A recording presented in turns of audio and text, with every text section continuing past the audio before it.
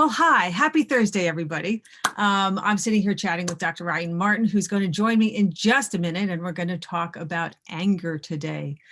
The good, the bad, and the ugly of anger. Anger is obviously a challenging emotion. He and I were just talking about how he and I could talk for hours. It's so the levels, the complications, the multiple ways that it manifests in us, in society, what we're seeing around us. So that's coming up in just a moment. I will give you my usual reminders. We have a growing list of videos that we've created in Facebook as well as on YouTube in the Bottom Line Inc. YouTube channel. So go there, subscribe, tell your friends about them. If you missed this or if you want anybody else to see this video, that you can tell them to come back to Facebook. In a few days, we'll have it posted in YouTube. So tell them to come and then you can share it like crazy, because please do, because we have an anger thing going on. Anyway, so YouTube, Facebook Lives. We also have, there'll be a link in the chat there. Download our Immune Boost book. It is for free. They won't let us out. They won't let us free. They won't let us know that COVID is going away. COVID will not, and here's Sarah Heiner's theory on things. COVID will not magically disappear tomorrow. As hard as we try and everybody's vaccinated, it will go down. It is working. It's what we need to do. The number one thing you can do is strengthen your immune system. We have bodies that know how to be healthy. We have bodies that know how to fight germs. They do it every hour of every day for us, for millions of germs around us. So that includes COVID. But the doctors aren't telling you how to strengthen your immune system. They're telling you to mask up, stay away, wash your hands. That's all helpful. Get vaccinated. Absolutely, if that's what you choose to do. But there are other things you can do to strengthen your body. Our natural defenses, they know what to do. So we've got a great book that we put together. I've been talking about this for months. Our editors put together with strategies, simple strategies that you can use to boost your immune system, strengthen you, and that way you can go back out with confidence, in spite of what the fears are. So download that now. So click on that.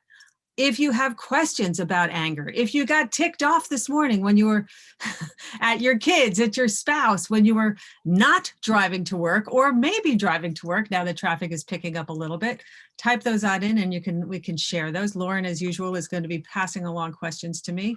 When I look on down, it's usually her telling me something that I've forgotten to do or say or something. And let me say one other thing.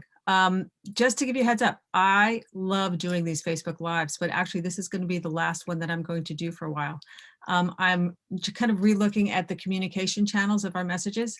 And so I'm going to pause on the Facebook Live. So I love and appreciate you're sharing this time with me. Again, I've got hundreds of videos in Facebook Live and in YouTube. And I will continue doing my blog. If you go to bottomlineinc.com, you can sign up for my blog. That's called Common Threads.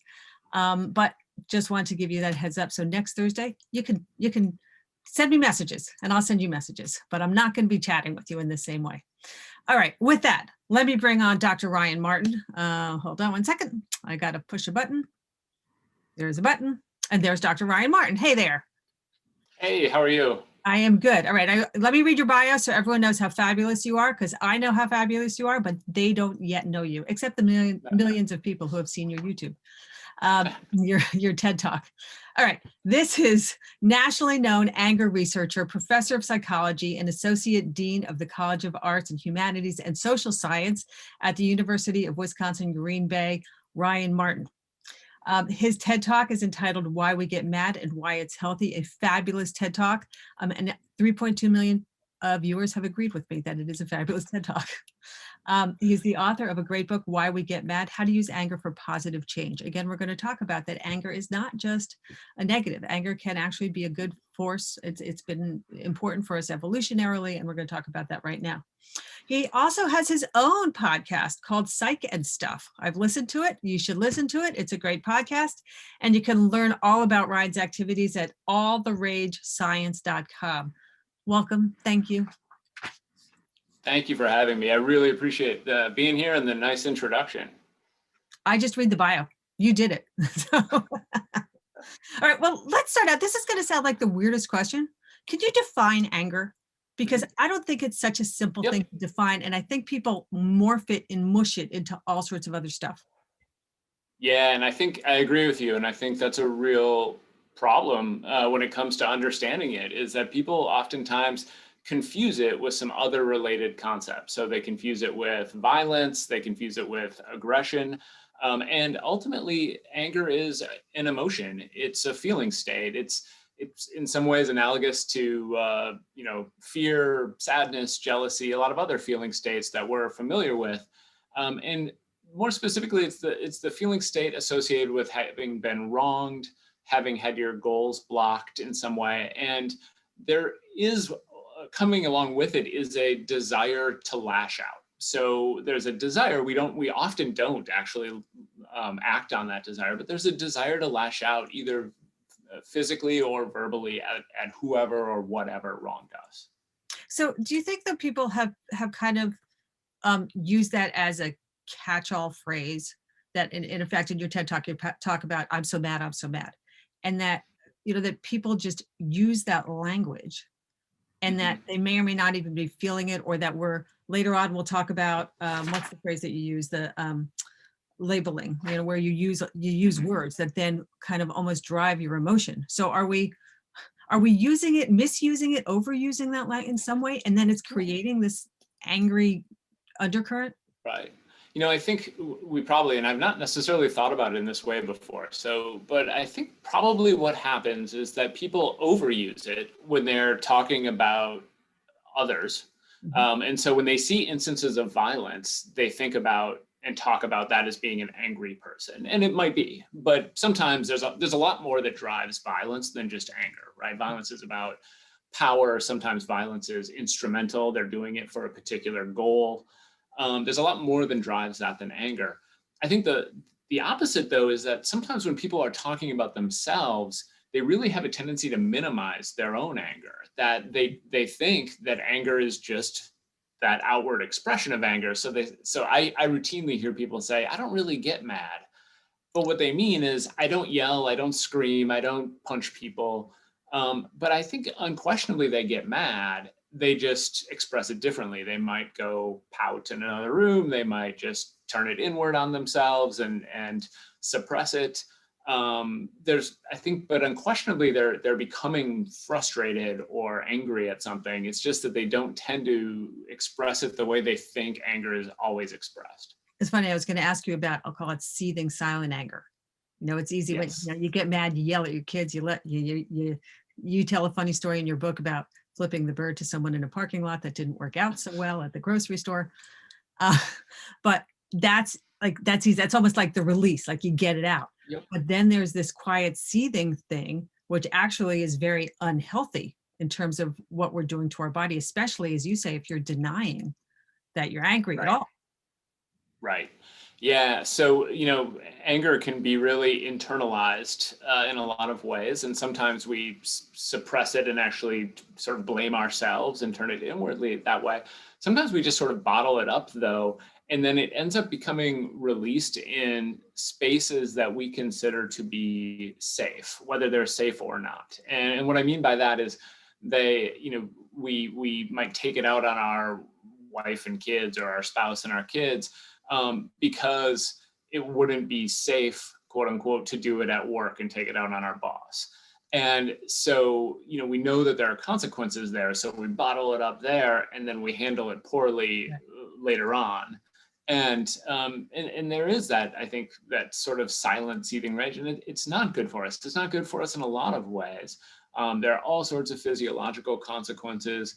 It's associated with other negative emotions. It's associated with substance use. And ultimately, the scenario I just described, it's associated with relationship problems. Right. And a lot of health issues, actually. A lot of inflammatory cascade that increases risk of all sorts of illness and death, frankly. So yes, absolutely. Do you think that we're angrier now than we were 5 years ago and 10 years ago? Yeah, I get this question all the time, and I love it. It's a great question. I love it. I think it's a great question, and I honestly wish that I had a great data-driven answer for you. So here's my best guess, because we don't have any sort of data that we can look at, that's really going to tell us the answer to this in a lot of ways. My best guess is that we are, and here's why I think we are angrier than we were 5 or 10 years ago. There's really two things that I think drive this a lot. One is, I think some of, as human beings have become as more external pressures have been placed on us as human beings, whether they're work-related pressures, economic pressures, social pressures, things like that.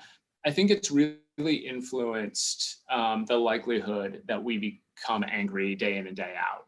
It's what I talk about as the pre-anger state, right? When we are sort of anxious, when we're stressed, when we're tense, when we have all these pressures, we're just more likely to snap when things don't go the way we want them to. So that's a big piece of it. I think the other piece of it, and this won't be too surprising to people, but I do think social media is really driving a lot of rage. And some of it is a little bit indirect. Some of it is that it actually exacerbates some of those pressures that I was just talking about. The other piece is that I think we encounter more negative events in our lives. Or not negative events, but provocations. Right? We encounter, as we're scrolling through Facebook, we see something from our politically opposite uncle that we wouldn't have necessarily seen 5 or 10 years ago. And then we respond to that. And then, and as I said, the inflammatory labeling, that was the phrase that I was looking for, that within that social media or within the media in general is this name calling and these categorizations of people, that there just seems to be this demise in civility, this loss of civility, and that there's a knee-jerk reaction and people seem to feel emboldened, especially online. Somehow, I said this before, the nicest people I know, you would never, ever hear a rude thing out of their mouth. And yet you see what they post online and suddenly they think it's like they're behind the hidden screen. No, it's more public than ever, but there's something emboldening about it. Yeah, I think the pandemic has really pulled this out of a lot of us too, that when you have fewer of those face-to-face conversations with people, and when you are, it's funny, I've been using this term in a different way for a lot longer than we've been talking about, but when we're socially distant from people, I've always thought of this in terms of social media, where we are just not in the same room. You don't have the opportunity to see the way what you're saying is resonating with them. You don't see the facial expression, the look of sadness on their face when you hurt their feelings. All of those things influence and would encourage us, I think, as human beings to pull back a little bit if we're coming on too strong. And when we're not seeing that, as we oftentimes aren't with social media, it really encourages us to do and say things and label in ways we otherwise maybe wouldn't. And I think really, one of the biggest problems, and I say this as a lover of social media, someone who uses social media a lot, I think that there aren't enough nuanced conversations there. And so you do get those sort of, as you describe them, as these categorizations, right? There's people talk about the blue feed and the red feed when it comes to politics, is really sort of driving the way we think about things. And you're an echo chamber besides that. Yes, exactly. So you are bombarded with the idea that your perspective is the only perspective that is correct. And then you face someone every now and then who's got a different one. And it feels like, well, how could this person possibly believe this? Everybody knows this is true, And so it becomes easier to label them, easier to categorize them. So let me go the other way though. Let me ask you this. So the baby boomers were the me generation. And then the baby boomers grew up, and we raised a whole generation of kids as helicopter parents, chopper parents. And we all worried about their self-esteem. And we wanted to be sure that nobody felt bad. And we wanted to be sure that they all got participation trophies. And we really pushed on fairness and didn't want winners and losers. So, which is fine, different discussion. But has that circled back, and now we've created this, I'll call it emotionally handicapped generation that are so, I'll use the word narcissistic, it's probably extreme, but so me-centered, and they can't tolerate or don't know how to manage the disappointment when they've been taught that it's all about them. And no, honey, I want you to be happy and feel good. And what do you want? Like, it's almost like we're breeding in intolerance, that then they don't know how to manage their emotions, and voila. Yeah, and the word I would use, I mean, I agree. I think it is a version of narcissism, not, and I know you didn't mean it the clinical way, not the Right. clinical way, but certainly on that spectrum. It's about The, me. What do I want? It's, I'll call it, I describe 2-year-olds as libidos with legs. You know, it's now right. we've got 15-year-olds and 20-year-olds as libidos with legs. Mhm. Satisfy my needs now. Yep. And I think that really, I mean, you can think of it, the word I would use is entitlement, right? That Mhm. we have people who really expect things, to be, and I don't necessarily mean entitlement the way sometimes people do when they talk about the young generation. I mean it in a sense of we live in an on-demand world where many things that we used to have to wait for Mhm. come right away, right? Right. And you're used to getting things when you want them quickly in ways that you once didn't. And I do think it's shortening people's levels of patience. There's actually research very recently that said that just as a trait, entitlement predicts anger when you don't get what you want. That Yeah. essentially Mhm. if you're used to getting what you want, that you see it as an absence of fairness when all it is now you just have to wait for a little while. Right. Well, that's what I'm saying. Like, it's just so unfair. It's all about me. And I like that. So that our bar of tolerance, which is a really dangerous thing, when you then cycle back, you said anger is not violence. And yet something's going on with violent protests, violent, attacks and all that sort of stuff. I mean, obviously anyone that's shooting wherever they are, the shooting of the day, unfortunately, another one today, those are, there's other things going on. They're clearly sick people, but the rage that then surrounds it. I mean, it's like this soup of rage. Right. Yeah. Yeah, and I think honestly, one of the concepts I've become increasingly interested in related to all this is how people define fairness, Mhm. how they tend to think about fairness. And I suspect that, though I haven't seen research on this specifically, I suspect that how you define fairness really does drive your likelihood of getting angry. I think that people, because oftentimes fairness is, well, I didn't get what I want, Right. which is very different from how I would define fairness. Yeah, exactly. All right. So let's talk about actually the causes of anger, because Mhm. expectations and demandingness, you talk about having their needs met, or is at the core of it. So there are a number of things that you say are underneath anger. And then we will talk about the benefits of anger as well. But I like to kind of lay the foundation for it. Yeah. So anger ultimately is, people have a tendency to think that it is driven by these provocations that we face. And even as we've been talking about it, we've been focused a lot on these external things. But ultimately, those provocations, they're relevant, these things that happen to us that we face, but they interact with these two other really important elements of our personal experience. One is the mood we're in when we face them. So the grocery store example you mentioned earlier, this was a day where I was in a really crabby mood for a lot of reasons. It had been a really, really bad morning. It was Mississippi. It was July. I was hot. All of these little things that kind of came together, and I was provoked, and I handled it poorly, right? And so, that mood state is part of it, right? Fatigued, all these different things that filter in. Mhm. But then ultimately, what really matters most is what we call our appraisal, right? Our interpretation of this event, this thing that happened. And we tend to, when we appraise things as negative, as unfair, as Mhm. blameworthy, as punishable, things like that, when we look at them and there's specific thought types we tend to have. There's like overgeneralizing, where we say, oh, this always happens to me, or things Mhm. never go my way, or Right. catastrophizing, or labeling. All of these are things that exacerbate our response to that provocation and lead to that increased anger. So sorry, I just realized I had a phone that I didn't unplug, and it's been known to ring during this. So now I've interrupted us myself. Um, the, the important part of that to me is the interpretation, right? So that, like, because again, back to the sensitivity, what's the filter that we're viewing the world through, right? So, it was so unfair. It never happens. Like, life's not fair.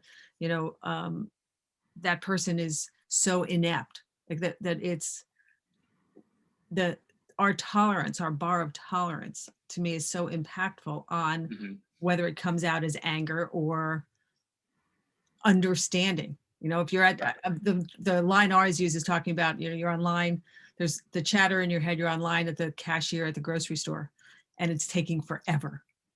And in your mind is going, oh my gosh, how can you be so slow? I honestly can't. But somewhere inside, you also could go, maybe they're having a bad day. Maybe they're, whatever, that this is, this person maybe was I'm making this up, was in a car accident, they had brain damage, and this is a huge success that they're actually being able to have this job. So the filters, to me, the filter seems to be such an important aspect to our experience of anger. Yeah, I mean, I think of it as, these different appraisal processes that we bring into it, these different interpretations, they're very much driven by the lens through which we see the world, right? The filters that we're looking at things through. I even think of it as sort of broader as our worldview, our schema for what kind of person we are, what kind of people other people are. And, if I approach the world and my lens is that most people are incompetent, right? If I see the world, well, then I'm going to find instances of that in my day-to-day interactions. And one of those might be the grocery store clerk, and the others might be people I work with. But if I approach the world and my lens is most people are trying their best, and when they make mistakes, they regret them just like I do. If I approach the world that way, well, I'm going to have a very different interaction with the grocery store clerk. I'm going to give them the benefit of the doubt in ways that the first person might not. I'm going to approach my coworkers differently. I'm going to think of them as being, ultimately sort of good people who are trying their best, and sometimes they might get behind, but that's because they have a tough job, just like I have a tough job. Yeah. And that lens really does shape the thoughts that come out of us in the moment when we're provoked. Yeah. Well, and then again, we'll talk about the benefits of anger, and that does have a role evolutionarily, but it's so not healthy to live through that lens of everyone's out to get me, that everyone is so mediocre, everyone's so inept relative to me. And then you're just living in this world of frustration, which creates this kind of sick, self-destructive spiral. Right. And ultimately, I mean, this is one of the things when I encourage people to intervene. People oftentimes they think about, well, the best way to deal with anger is by deep breathing or meditation. And those things work. Those things are great. But there's some deeper level work we can do. And we can make decisions about how we choose. On some level, we can make decisions about how we choose to interact with the world around us, how we choose to approach people day in and day out.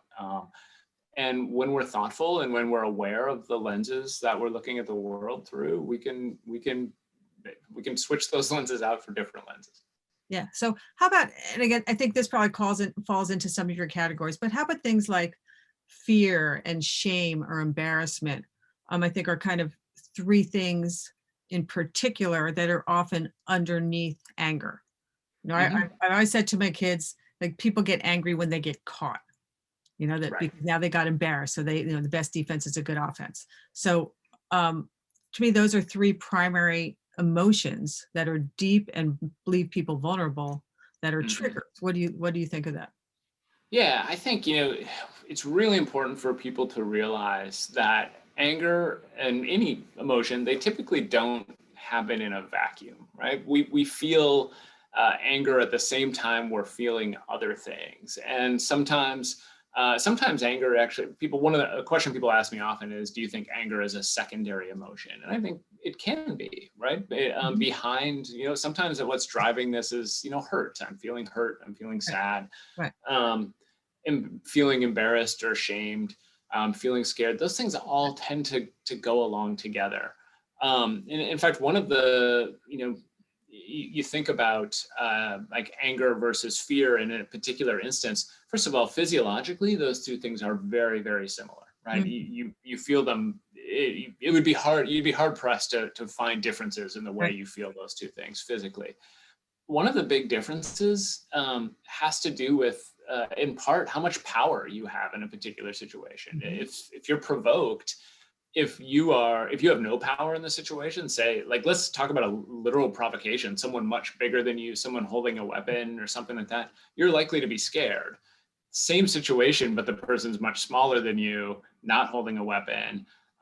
you're more likely to become angry with them for that. So how much power you have in the situation also influences this. Yeah, that's huge. And I think that's actually been, I mean, it was a Tinder keg over the summer. And I think that the lack of control, we were all so stuck in our homes and out of control with COVID that it Mhm. just, the George Floyd was the spark that just lit off all this other suppressed, Right. we were in control here, but we can control that. We could react to that. Like Yep. it just let loose this massive amount of Yeah. emotion.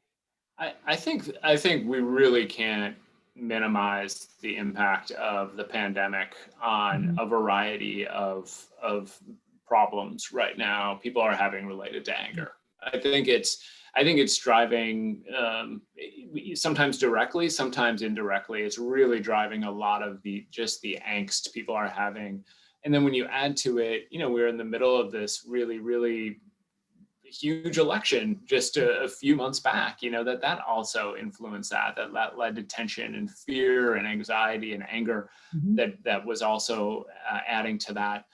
Economic problems, I mean, we could keep going, and Yeah. there's been a lot that, and all of those things, those things affect people, not just hearing about it in a big picture, but dealing with it day in and day out. Those things have an impact, and influence our mood when we're dealing with other totally unrelated stuff. Yeah, and we'll talk, later on about how to manage your anger in a constructive way. And again, finding an avenue, a pathway of control to get whatever it is that you wanted, or to, to Right. satisfy whatever that frustration is so important, to so that you don't feel like a victim, so that you don't feel helpless, you don't feel kind of Hmm. imprisoned by your situation. Right. Right. So physiologically, Hmm. I'm fascinated by brain plasticity and the habituation of our thoughts.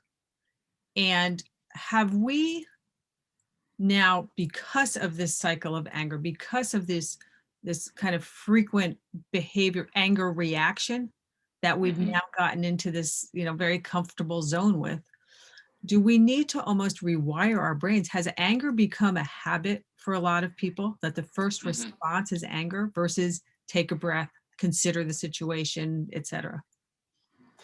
I think it has. I mean, I think that the emotional responses you typically gravitate towards, they become just more and more habitual and more consistent. And so one of the things I really encourage people to do is that it's almost impossible to change them in the moment when provoked. Hmm. The better option or better move, I think, for most people is to try and like think about those responses when you're not angry.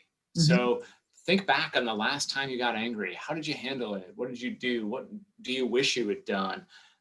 What thoughts were you having? And ask yourself those questions, especially when those things are patterns. Right. Especially the situations that tend to lead to them, because chances are a thing that made you mad yesterday, it might happen again, right? The circumstances that led to it. And so you have the opportunity to rethink it when you're not angry, and that's going to feed into the decision you make next time. So if you have time for an example, I'll tell you. Back when I used to take my kids to school every day, they are now home. They're virtual schooling for a little while, but back when I used to take them to school every day, one of the things that was a consistent source of frustration for me was how long it took them to get out and get into the car. Mhm. I always felt like the time in between me saying, "Hey, it's time to go," and then them being in the car with their shoes on and stuff just was way too long. And I would snap often, and every time I did, it kind of ruined, not the day, but it ruined the morning. Mhm. I felt bad about it. Usually the drive is a fun time of day. We would, it's bonding, and instead everyone was crabby. So I stopped myself and started really thinking through this. This happens every day. What are some problem solving approaches I can take to Mhm. deal with it? Better yet, how can I even rethink this? Some of this is just their kids. It takes them longer to tie their shoes than it takes me to tie my Yeah. shoes. It takes them longer to get their stuff together. They don't have 45 years worth of practice. I Right. do. And so being able to think through that, just But then the other piece of it is at one point I just said, you know what? At the end of the day, this is adding 2 minutes to my commute in the morning. Right. That's not a big deal. Right. And what I need to just acknowledge is I want to prioritize my relationship with them Mhm. over those 2 minutes. Yep. And I just need to decide that's more important than getting to work 2 minutes earlier. Yep. And so making those intentional choices, and then the next day when it happens, I can remind myself in the moment, I've already prepared for this. I've already thought about it. I love that. Now, how important is it, because you were self-aware enough to stop and look, and somewhere in that was you kind of asked your question, or you noticed, like, how was that working for me? That Right. strategy wasn't working for you. So when people, how important is it when people they keep doing the same thing over and over, and then how's that working for you? Like, is it getting you Mhm. what you want, or are you ending up feeling angry and cranky every day, and it gets you off on a bad foot with your kids? Yeah, I think it's really important. And Mhm. I think what is also important is recognizing the role you play in it and being able to acknowledge that there are things you can do to change this. Too many people, I think of anger as a thing that happens to them. Right? I got mad because this person's provoking me. I Right. get mad because my kids are doing this, or they made me mad. Right? Even more direct. Instead of acknowledging I'm angry and I'm playing a role in this, there are things I can do to change the situation. And it's funny because sometimes I think people's gut is to say, but then it just feels like I'm blaming myself. Doesn't that just make me sad? But to me, it feels really empowering. It Mhm. feels like, oh, good. I'm no longer a victim here. I'm no longer, I actually get some control over my life and over my emotions and my feelings. To me, that's a good thing. It's so funny. I literally just wrote down the word victim. I had the exact same thought that when people play victim, they don't realize they've just given all their power away to their Mhm. 5-year-old, or to the guy in front of them in traffic, or to the boss, to whatever it is. The minute you go, it's their fault, Right. you just lost all your power in life. Mhm. Yeah. Yep. And even in those circumstances that are that we have no control over, even those circumstances that do literally happen to us, it's still on us, I think, to think about what role we play in navigating them from that point on. Mhm. Right? How do we work our way through this going forward, knowing that this is now the trajectory we're on, right? And maybe we didn't choose that, but this is the trajectory we're on. Right. How do we want to navigate that and think through it? Yeah. And I totally get that takes time for people to come around to. I totally get that it's a hard road to navigate for many people, and partially because those circumstances can be really, really tragic. Mhm. Yeah. But is like, I always say, this motto that I think, and bottom line, has lived by this forever, that people have more power over their lives than they give themselves credit for, but they often don't know either what to do or the questions to ask. But we have so much power over our lives. Even what I was talking before with COVID and immune, like, it's your Hmm. bodies. Help your body work and do its thing. Yes, mask Right. up, but there are so many other things that we can be doing for ourselves. All right, Right. let's spend a couple minutes about those benefits, because I keep promising, and I said the good, the bad, and the ugly of anger. So let's talk about some of that good of anger. That it did serve an Yes. evolutionary purpose, and someone did beat the saber-toothed tiger because of it. Yes. Yeah. So, ultimately, when you think about what anger does, and this, so I guess backing up a little bit, emotions exist because they served a survival benefit. And they were valuable to us. They were valuable, whether it was as a fighting off forces of nature, or because it helped preserve relationships, and those relationships were important for survival. And so, um, you know, anger alerts us to danger, disgust alerts us to things contaminants, things that could kill us. Anger alerts us to unfair treatment. It says someone or something is interfering in your goals. And so it's one of the ways our brain tells us this. And then it also adds that second step of energizing you to confront that injustice.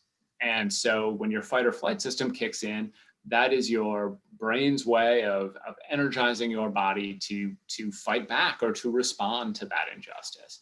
And that, I think of that as being a really, really powerful source of fuel in our lives. that we can use that same fuel, and maybe we shouldn't, get in physical fights. We shouldn't attack people in that way, but maybe it energizes us to register voters. Maybe it energizes us to write letters to the editor, to write poetry and create art. There are all these things we can do with our anger, and with that fuel and energy that it provides. And again, so then back to, I'll call it the anger, I'll call it under control versus out of control anger. That if you use that as the trigger or the inspiration, and the motivation, and then we'll talk in a minute. And Vicki just asked a question about best approach to addressing your anger, and we're going to talk about strategies. But it's the motivator, but you don't want it to spin out of control. Is that right?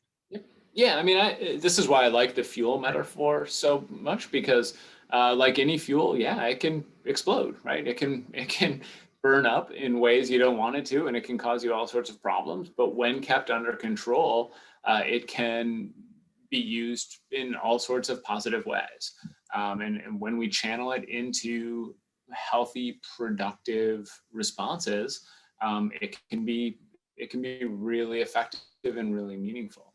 It's funny. There's a doctor that I've talked to a lot. He's been on a number of my videos. Dr. Jacob Teitelbaum. He's a holistic practitioner, and he talks about that. Use anger, like be angry until it doesn't serve you anymore.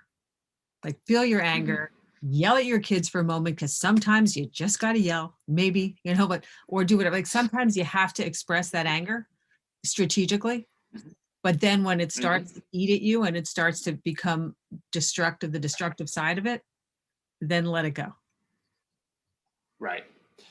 I've been really, this is going to sound a little ridiculous. I've been a little obsessed with the idea of letting go lately, which is a weird thing to be obsessed with. But I think it's fascinating. I mean, I think that we have to acknowledge that there are things we cannot solve, problems we personally can't solve, for one reason or another. And every now and then, we've got to find a way to keep those things from eating at us. We've got to find a way to keep those things from just tearing us apart. Or for me, for a long time, it was ruminating, right? I would go for runs and I would just sit there thinking about this conversation I wanted to have, it's a person I was upset with or whatever. And it's been really valuable to start to learn strategies to let those things that I really can't control go, to do what I can to try and solve them, but at a certain point acknowledge this is not a problem I can solve anymore. I've done what I can, and I need to find a way to move on. Yeah. And I think that's a piece of that. Use your anger. Eventually, though, it might not serve you anymore. Eventually, it might not serve those around you, and you need to find a way to let things go. You have 3 questions about reflecting on if you should be angry. Was I treated poorly, unfairly? Is someone or something blocking my goals? And what might I have done to contribute to this? Yeah, and it's this is something I've actually been thinking a lot about, actually, even since writing the book, because I think those are really valuable questions to ask. The piece about was I treated unfairly, the goal blocking piece, those are all really good questions. I admit that I think the first one is really hard to answer. I think that we are having an especially hard time. This goes into the question, one of the questions you started with, which is, are we angrier now than we used to be? I think it's really hard for people to answer the question of whether or not they have been objectively wronged.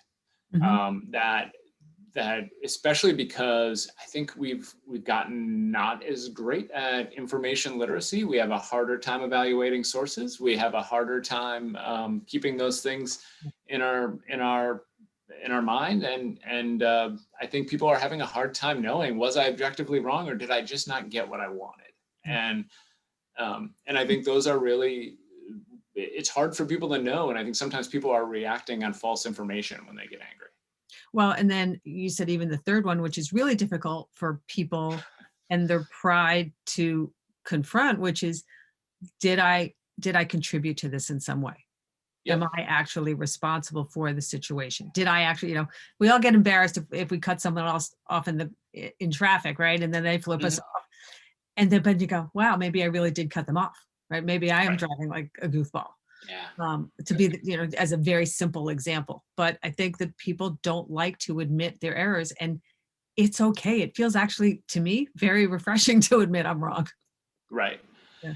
Yeah, you're right. I mean, and part of what makes that really difficult for people is that in those moments when we are angry, I think we're feeling even more vulnerable, Mhm. and it's even harder to acknowledge that we may have contributed to it.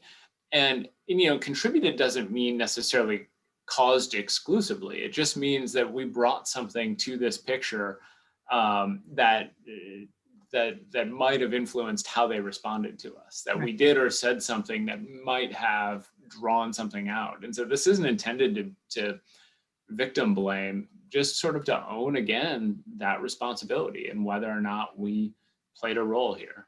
Right. Right. I mean, you talk, there's the two aspects of it. One is, if I'm running late, right. And like, I have one daughter that's very prompt all the time, and she'll yell at me, and I'm notorious for one more thinging. And then she'll yell at me, and then I'll get mad at her because she's riding my back. It's just a minute. What difference does it make?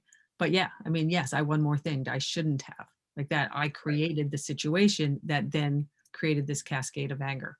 On the other hand is, you have an example in the book about an actor who got mad at their dresser because the dresser messed up, which then put gave the actor a hard time, difficulty in a costume change.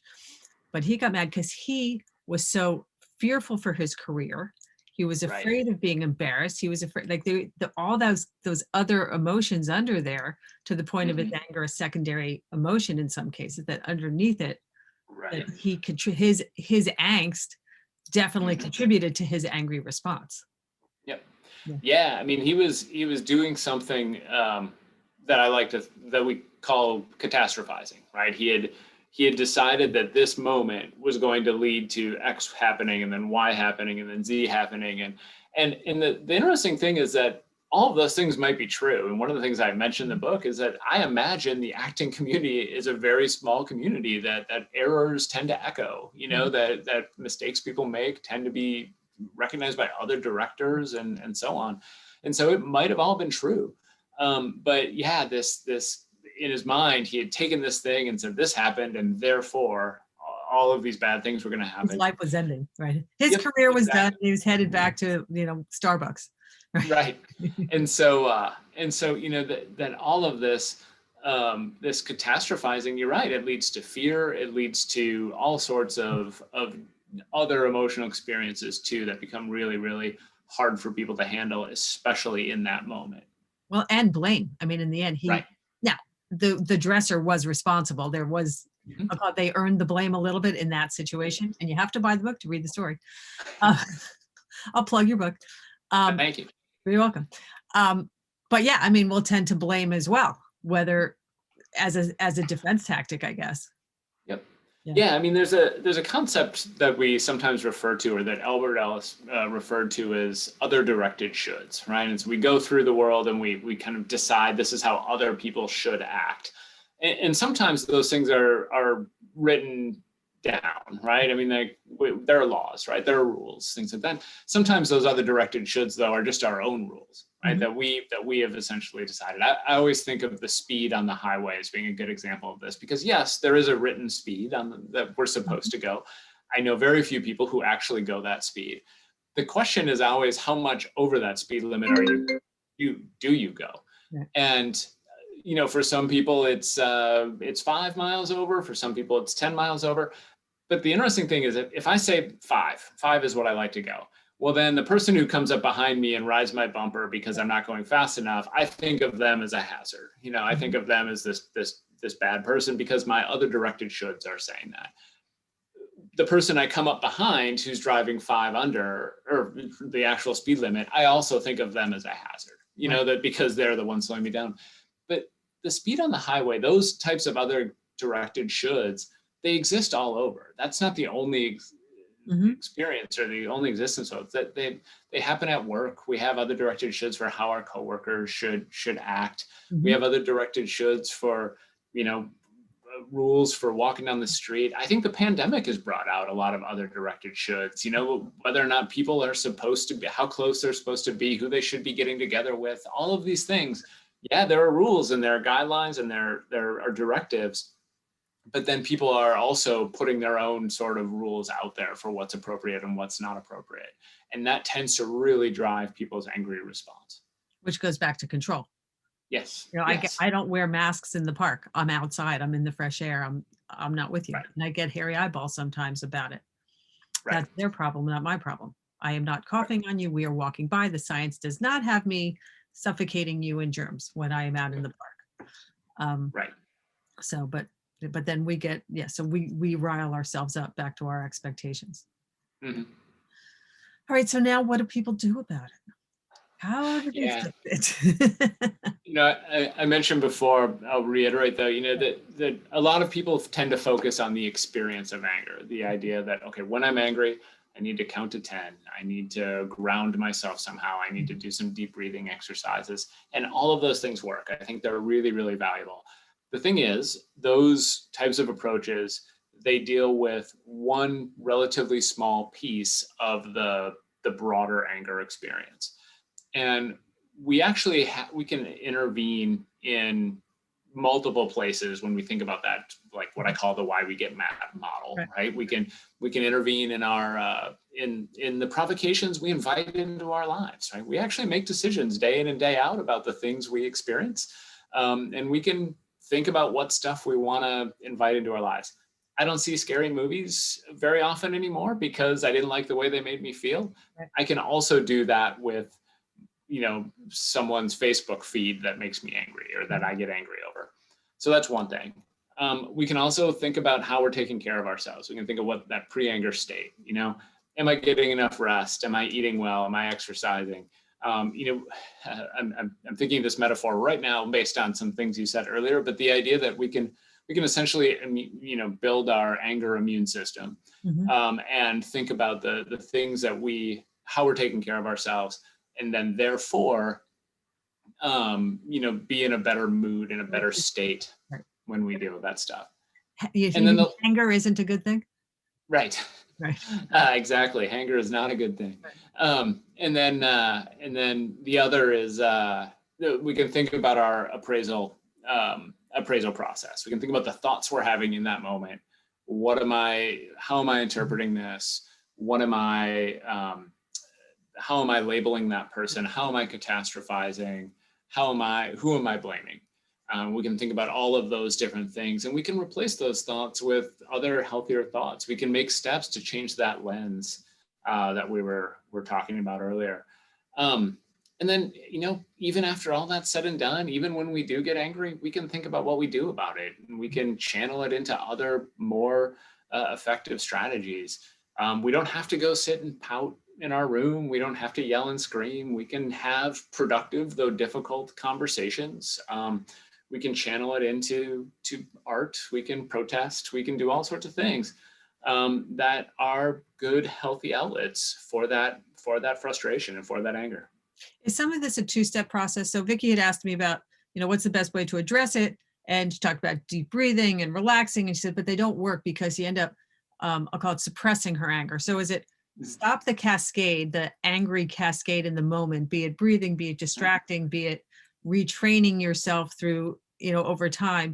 And then, as you were saying, in the time of calm, to then go and reflect all these other questions. What could I have done differently? What, you know, what control can I have over the situation? What did I do? You know, what was my filters on it, et cetera. Mm-hmm. Yeah, I think if you're someone, or you're in a either if because of who you are or because of the state you're in, if you're a person who has a hard time channeling that anger, doing something productive with that anger, it's good to take a little break. It's good to pause. One of the questions I ask myself whenever I'm feeling anything, actually frustration or anger in particular, but whenever I'm feeling anything, is how do I want things to be? How would I, like, what do I want this situation to be like on the other side of this? And then I started thinking about what things I need to do to get there. And, usually the answer to that is not to lash out at someone, not to yell at someone, not to make someone feel bad. That almost rarely is the road to where I want to be. And so then I started thinking about, okay, what are the conversations I need to have? What's the email I need to send? What's the thing I need to do to get me to that place? What's essentially the road I need to take? And that's been a very helpful process for me. But you're right, it's not something I can do when I'm just enraged. Right. It's because I'm just feeling, or I'm feeling too much to think about it clearly. Yeah. Related to that, talk about impulse control for a second. Again, you talked about that we have no tolerance for it. So what are some recommendations for people to kind of retrain themselves on their impulse control? Yeah, impulse control is probably in many ways a better predictor of violence than anger is a lot of times. One of the things I think that's really, and this goes back to what you said earlier about the habitual piece here, that you get there, you get mad, and you do the thing Right. that you didn't want to do. One suggestion I have for people is to really spend time thinking about their anger when they're not angry. This comes back to that training yourself essentially to catch yourself earlier. So if to start, because what'll happen is over time, and it's a process, but over time you'll start to remember those things in the moment. People talk all the time like you'll remember your training. Well, Right. this is about you remembering your training, that it'll come back to you in that moment and you'll say, I know I want to snap and I know I want to yell. I've told myself I shouldn't do that, so I'm not going to. And I think that can really be helpful. And it takes practice though. That is not a 5-minute thing. And that's Nope. okay. A lot of Yep. people, it's kind of like dieting. I want to take a pill. I want to lose weight. I want to take a pill and fix whatever it is. This is, we've spent years and decades habituating ourselves to immediate gratification and to whatever responses we have. So it'll take a lot of effort. It may or may not be overnight to shift that. This sort of, I think it's really fair for people to think this can be true not just for anger, but for emotions in general. Being able to manage these things in healthy ways. And I define manage much more broadly than most people do, because when I talk about manage, I'm talking about channeling it into appropriate directions and all of that. Being able to manage your emotions is a skill. It's a skill that we've been honing, for better or worse, since we were infants. And it takes time to undo those patterns. I mean, I think it's like any other activity that we engage in. We just got to keep practicing at it. And no, there's not going to be a 5-minute fix. It's something you got to work on. Talk to me for one brief minute, because we're just about out of time, about posture and facial expression. There was a really interesting part in there about the signals that it tells and that the signals that it gives to our own bodies. Yeah. So, when we become, there's two sides to this, which is really fascinating. But when we become angry, right, there's this little structure deep in our brain called our amygdala, and it fires out messages. It basically says, hey, get mad, right? And it sends messages to your hypothalamus, kicks in your fight or flight system. One of the things it does is it fires a message off to your facial motor nucleus, which is this bundle of nerves in your brain stem.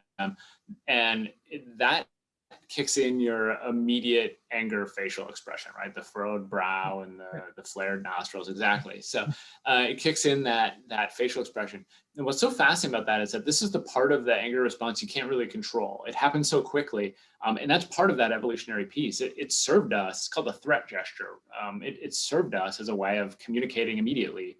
We're mad, right? So it tells other creatures how to approach us. And animals, even dogs do it, cats do it. Like we can see it. We see it in the animal world. Absolutely. In fact, almost, Darwin notices when he wrote on the evolution of emotion in man and animals. Sorry, I probably butchered that name. But when he wrote that, he talked about, the ways in which animals reacted when they were angry or when they were threatened. And he compared it to humans. In fact, he even talks about like how, chimps, pounding on the ground when it's angry is very similar to a human pounding on a table. When they're angry. And so these things, they have existed for a long time. It's part of that evolutionary benefit. So is there, and the funny thing is though, I think that also like the there's a hormonal feedback loop, right? So is it almost a trick, right? Because I know on the flip side, I've talked about this often. If you smile, you release dopamine. Right. Like you can force your body into releasing yourself and making you feel good. If anyone wants to try it now, just sit there and by yourself and smile, force a smile and see how your body feels. So is it, I'll call it a quick trick, if you catch yourself being angry, to shift your posture rather than being aggressive, to put yourself a little bit back a little bit, to relax your face, to think about those aspects, which will then send a biochemical feedback to your body and your Right. brain. There's a well-known study in psychology where authors did exactly this with all emotion, with 4 different emotions, but one of them was anger, and asked people to adopt an angry posture. Didn't tell them why, gave them a sort of a fake explanation for why they were doing that, and then asked them to keep track of their mood. It's an activity I do with my students, which is a blast because what I end up is 45 students staring at me angrily when I do it. But what you see is what people reported is that when they adopted that anger posture, they felt more anger in that moment, and as part of that as well as when they adopted a happy posture, they reported more happiness. So I think it follows from that study that yes, one of the things you could do to sort of trick yourself into feeling more positively is to make an intentional effort to sit in a more positive way. Calm yourself, soothe thyself. Yeah, exactly. All right, Ryan Martin, thank you so much. Very fascinating. Everybody, his book is Why We Get Mad, How to Use Anger for Positive Change, and his website is alltheragescience.com. Thank you very, very much. It's been great. Thank you so much for having me. I've had a blast. Great. And thank you everybody for spending your Thursdays with me. And be well, be strong. Thanks.